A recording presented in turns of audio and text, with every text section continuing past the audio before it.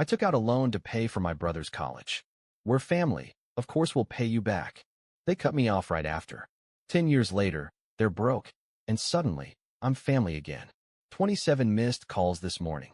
Hey everyone. Long-time lurker, first-time poster. I never thought I'd be writing something like this. But here we go. I'm Jake, 35M, software developer. 10 years ago, I made the biggest mistake of my life. I trusted my family with my money. This morning, I woke up to 27 missed calls. Mom, Dad, my brother, Adam, 32M. Over and over. 10 years of silence. And now they suddenly care? Yeah, right. Flashback to 10 years ago. Me, 80 grand. That's a lot of money. Mom, Jake, sweetie, we wouldn't ask if we had any other choice. Adam got into a great school, but we can't afford it. You're doing well, you can help. Dad, we're family. Of course, we'll pay you back. You know that. Adam, come on, man. It's for my future. I was 25, just starting my career. I had plans, buying a place, investing, maybe traveling. But they made me feel guilty. They made it sound like I was selfish for hesitating. Me, fine. I'll take out the loan. Mom, oh, thank you, baby. You won't regret it. Dad, we'll start paying you back as soon as we can. Spoiler alert, they never did. Back to present day. I took out that loan, Adam got his degree, and guess what? The moment he graduated, they stopped answering my calls. I tried. I called. I texted. Nothing. They had what they wanted. I ended up drowning in debt, working 2 jobs just to stay afloat. It took me 10 years to dig myself out. And now? Now they're broke. I scrolled through my missed calls, shaking my head. Then a text popped up from Mom. Mom, Jake, we need to talk. It's urgent. Please call me back. Sure. Just like it was urgent when I needed my money back. I put my phone down. Let them wait. I sat at my kitchen table, staring at my phone.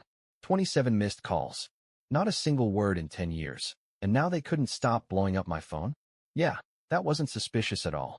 I took a sip of my coffee, scrolling through the call log. Mom, Dad, Adam, Mom again, Dad, Adam, over and over.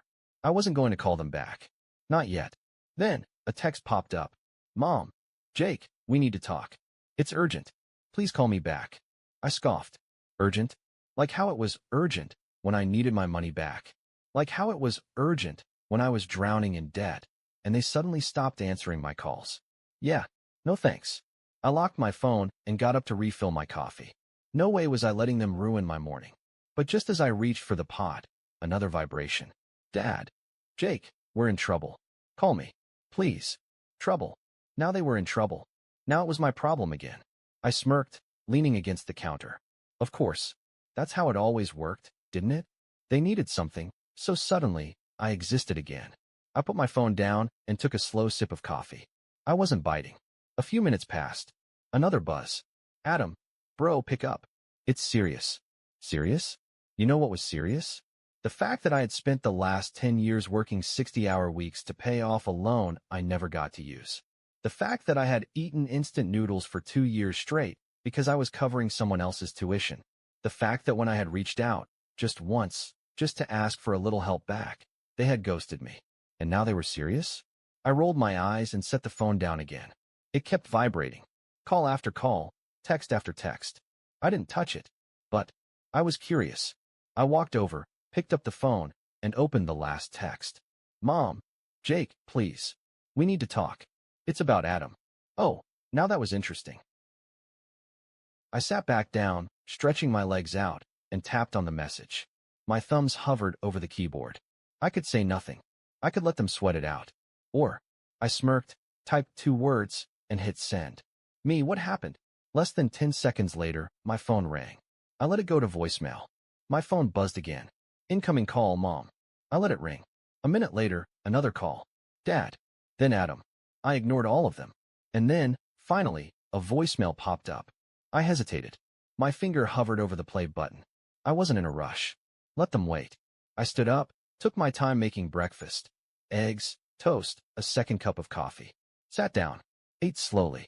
Only then did I press play. Mom's voice came through, shaky, but still with that familiar tone. The one she always used when she wanted something. Jake, honey, please call us back. We really need to talk. It's about Adam. He's He's in trouble, and we don't know what to do. A pause. A deep breath. Then, softer.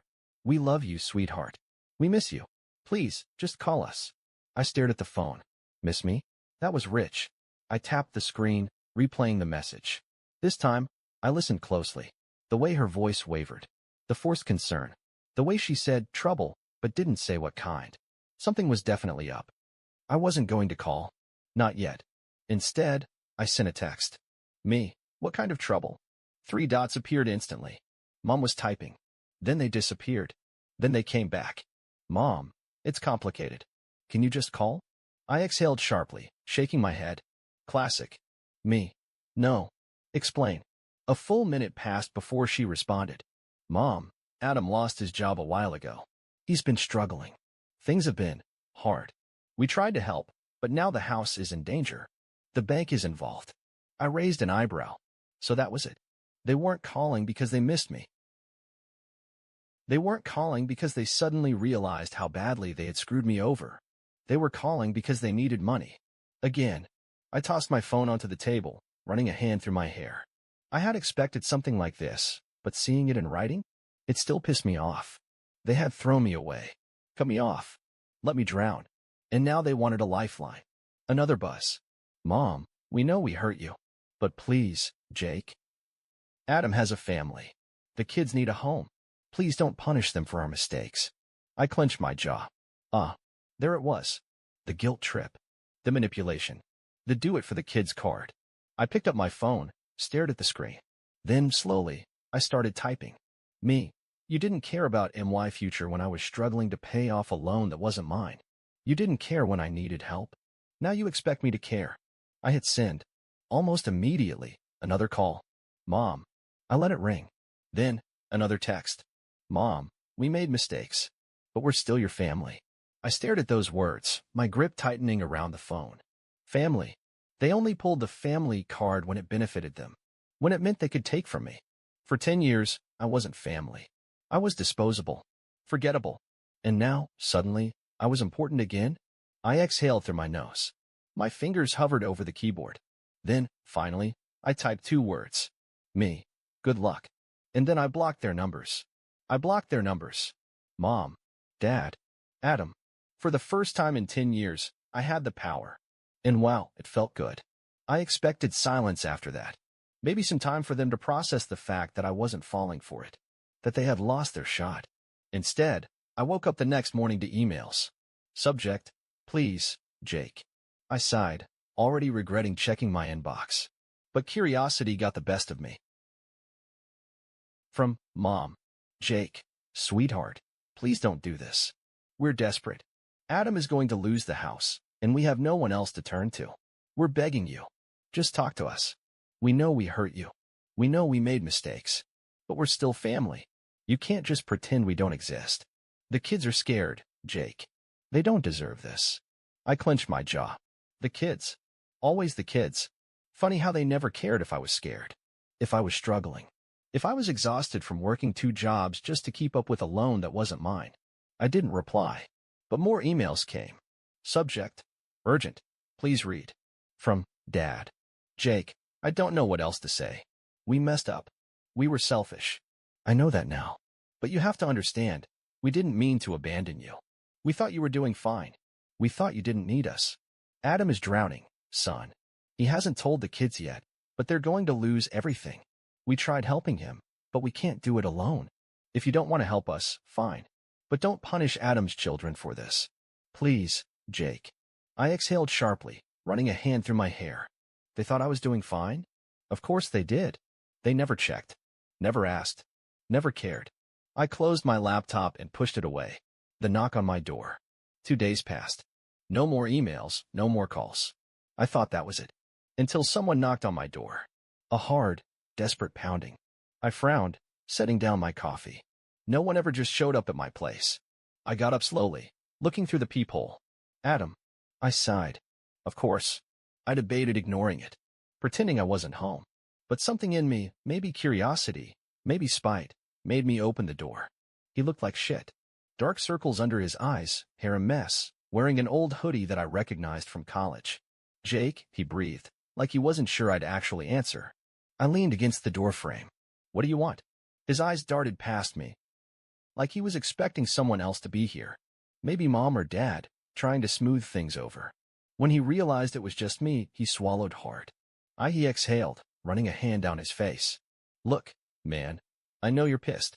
I get it. I crossed my arms. Do you? He hesitated. Yeah, I do. I fucked up. We all did. But I don't know what else to do, Jake. I'm out of options. I stared at him, waiting. I lost my job a year ago, he continued. Tried to find something else, but man, it's hard. And with 3 kids, I scoffed. Yeah? Try paying off an $80,000 loan while working 2 jobs and getting ghosted by your entire family. That's hard. He winced, looking away. I know. Okay. I was selfish. I should have helped you. I should have done something. I didn't say anything. He let out a shaky breath. I thought mom and dad were handling it. And when you stopped calling, I figured you didn't want to talk to us. I narrowed my eyes. You didn't stop to wonder why I stopped calling? He rubbed his temples. I don't know, man. I was stupid. I was caught up in my own life. I should have been there for you. He looked up at me, desperation in his eyes. But please, Jake, I need your help. I have nowhere else to go. The offer. I stared at him for a long moment. Then, I stepped aside. Come in. His shoulders sagged with relief. He stepped inside, looking around my apartment. It wasn't a mansion, but it was mine, paid for with my own hard work. He sat on the couch, rubbing his hands together. I sat across from him. How much do you need? His head snapped up. What? You came all this way. You clearly want something. So, how much? He swallowed hard. I don't know. Whatever you can spare. I snorted. Wrong answer. He shifted uncomfortably. The house. I owe about 30 grand. And there's other stuff. Debt. Bills. I'm behind on everything. I let that sink in. 30 grand. That was a lot. But it was less than what I had given up for him all those years ago. I leaned back. I'll make you a deal. His eyes lit up. Anything, man. Anything. I smirked. I'll cover your debt. Every last penny. His mouth fell open. You will. I nodded. On one condition. He swallowed. What? What is it? I leaned forward, resting my elbows on my knees. You sign over the house. To me. His face dropped. What? I shrugged. You need the money, right? Well, I need collateral. I'm not just giving you 30 grand. You sign the house over to me, and I'll make sure you and your family have somewhere to live. His hands clenched into fists. You can't be serious. Oh, I'm dead serious. That's my home. My kids. I raised a hand. And they can stay there. I won't kick them out. But legally? It'll be mine. He stared at me, his jaw tight. This is insane, he muttered. I shrugged. Take it or leave it. He stood up, running a hand through his hair. He looked like he was going to argue, but he had no leverage. After a long moment, he sighed. Fine. I'll sign it over. I smirked. Smart choice. The final move. A week later, the paperwork was done. The house was mine. Adam stayed. His kids stayed. But now, I own the roof over their heads. Mom and Dad called me again. They weren't happy. Mom, how could you do this to your own brother? I just smiled. We're family, Mom. Of course I'll take care of them. And then I hung up. I knew it was coming. The moment Adam realized I wasn't bluffing, that I actually expected him to pay rent, he started pushing back. The excuses rolled in one after another. I just need more time. I'm trying, man. But things are tight. Come on, Jake. You don't even need the money. At first, I played along. Gave him a few extra days. Let him squirm. But when the first month ended, and I still hadn't seen a single cent, I decided it was time to remind him who was in charge. Eviction notice. I sent him a text. Rent is overdue. If you can't pay, I'll have to start the eviction process. It took him 5 seconds to respond. Adam, are you serious? Completely. 10 minutes later, my phone rang. I didn't even need to check the caller ID.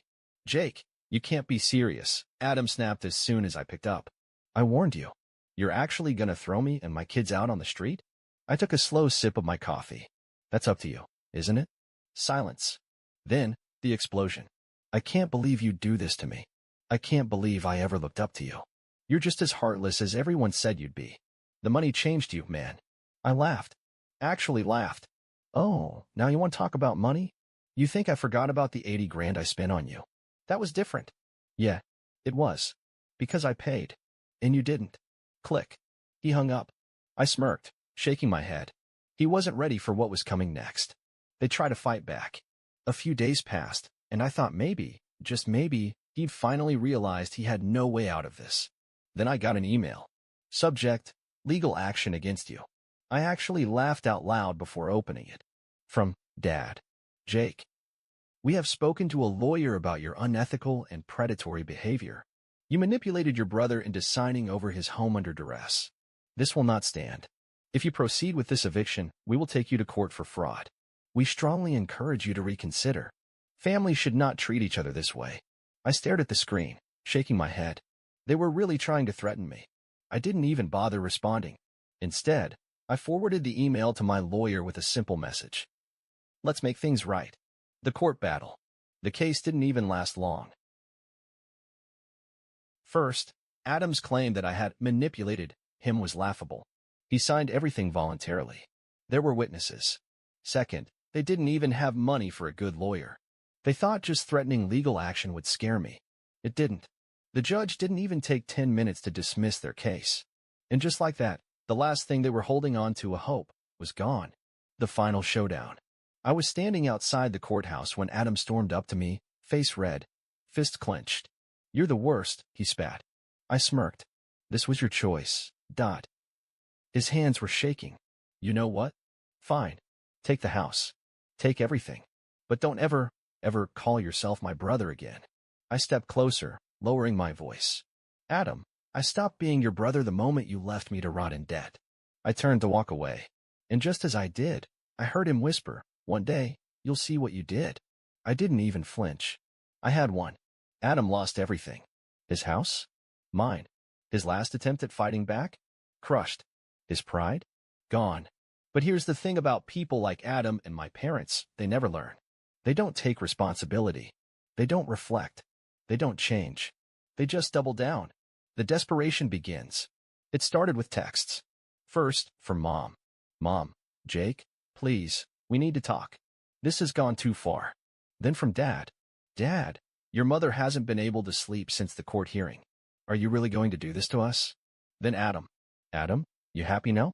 My kids are scared. You took their home. How do you sleep at night? I ignored them all. Until one final message came through from Mom. Mom, Jake, if you don't want to help Adam, fine. But please, don't do this to us. We're your parents. We made mistakes, but we love you. We raised you. That has to count for something. And for the first time in 10 years, I actually felt something. Not guilt. Not regret. Just tired. Because they still didn't get it. They still thought this was about money. It wasn't. It was about respect. About how they treated me like a disposable ATM and cut me off the second I wasn't useful. And now that the tables had turned, they couldn't handle it. So, I sent one last message. Me, I spent 10 years struggling because of you. You spent 10 years pretending I didn't exist. I guess we're even now. Then I blocked them. The fallout. Adam was forced to move into a tiny apartment. Dad? Lost his job shortly after. Something about mismanaging funds. Guess it runs in the family. Mom? Became the talk of their church community. The woman who raised 2 sons, one successful and one a failure. Only problem? The failure wasn't me. And me? I thrived. For the first time in my life, I wasn't carrying anyone else's burdens.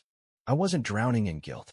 I wasn't being manipulated into thinking family meant letting yourself be used. I was free. The last attempt. A year passed. Silence. Then, one morning, I woke up to an email. Subject, can we talk? I rolled my eyes. Of course. From Mom. Jake. It's been a year. We miss you. Please, can we just talk? We don't want anything from you. We just want our son back. I know we weren't perfect parents. I know we made mistakes. But we're old, Jake. We don't have much time left. Do you really want this to be how things end? Please, just call me. One last time. I stared at the screen. And for a moment, just a moment, I thought about it. Then my phone buzzed. A second email. Subject. Urgent. Please read. From Adam. Jake. I fucked up. I know that. I lost everything. I get it now. But man, I need your help. I don't care about me. But my kids? They need a stable home. They need family. Just give me a chance to fix this. Please. I took a deep breath, and I did something I should have done 10 years ago. I deleted both emails. No response. No closure. Just silence. Because for the first time in my life, I was truly, finally, completely free. It's been a year since I last heard from them. A full year of silence. No calls. No emails. No fake apologies. And let me tell you, it's been the best year of my life. What happened to them? Adam? Still struggling. Last I heard, he was bouncing between jobs, barely keeping up with rent. Guess it's harder when there's no one left to bail you out. Mom and Dad? Still pretending to be the victims. Word got around their church that I had betrayed them, but turns out, even their friends weren't buying it. People talk. And once the truth came out, they were left with nothing but their own guilt. And me? I won. For the first time in my life, I wasn't weighed down by anyone else's problems. I wasn't expected to save anyone. I was just living. I traveled, bought a better apartment, invested, thrived, and I never, not once, looked back. The final message. This morning, I woke up to one last email. Subject, one last chance. I already knew who it was from before I even opened it. From Mom. Jake. I don't know if you'll even read this, but please, just hear me out. Your father isn't doing well. He's sick. The doctors say it's serious. We don't know how much time we have left with him. I know we've hurt you. I know we made mistakes. But Jake, we're still your family. Can't we just fix this before it's too late? I stared at the screen. And you know what? I didn't feel anything. Not anger. Not sadness. Not guilt. Just nothing. I closed my laptop, grabbed my keys, and headed out. There was a whole world waiting for me. And I wasn't wasting another second on people who had never truly valued me.